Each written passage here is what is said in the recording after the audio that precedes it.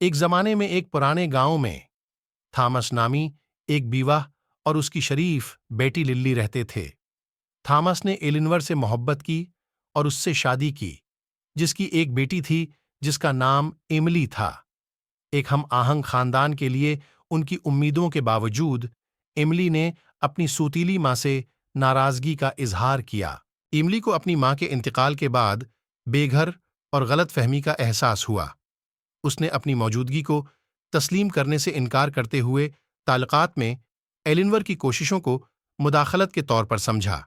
Emily Eleanor کے اشاروں کو نظر انداز کر دیتی اور اکثر اس سے بدتمیزی سے بات کرتی۔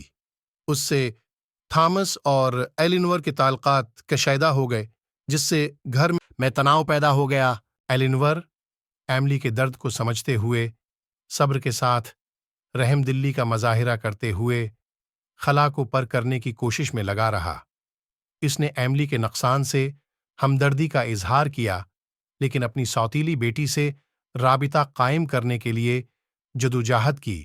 مسلسل مسترد ہونے سے تکلیف محسوس ہوئی۔ ایک دن ایلنور کو ایک بھولے ہوئے کونے میں ایملی کی ماں کا ایک پیارا فوٹو البم ملا۔ اس کی جذباتی قدر کو پہچانتے ہوئے ایلنور نے اسے ایملی کے بستر پر ایک دلی نوٹ کے ساتھ رکھ دیا، جس میں وہ جب بھی تیار محسوس کرے گی بات کرنے کی خواہش کا اظہار کرتی ہے۔ ایلنور کی ہمدردی سے متاثر ہو کر ایملی نے اپنا موقف نرم کیا۔ اس نے روتے ہوئے ایلنور کی ہمدردی سے متاثر ہو کر ایملی نے اپنا موقف نرم کیا۔ اس نے روتے ہوئے ایلنور کا شکریہ ادا کیا اور آہستہ آہستہ اپنی ماں کی یادیں بانٹنے لگی۔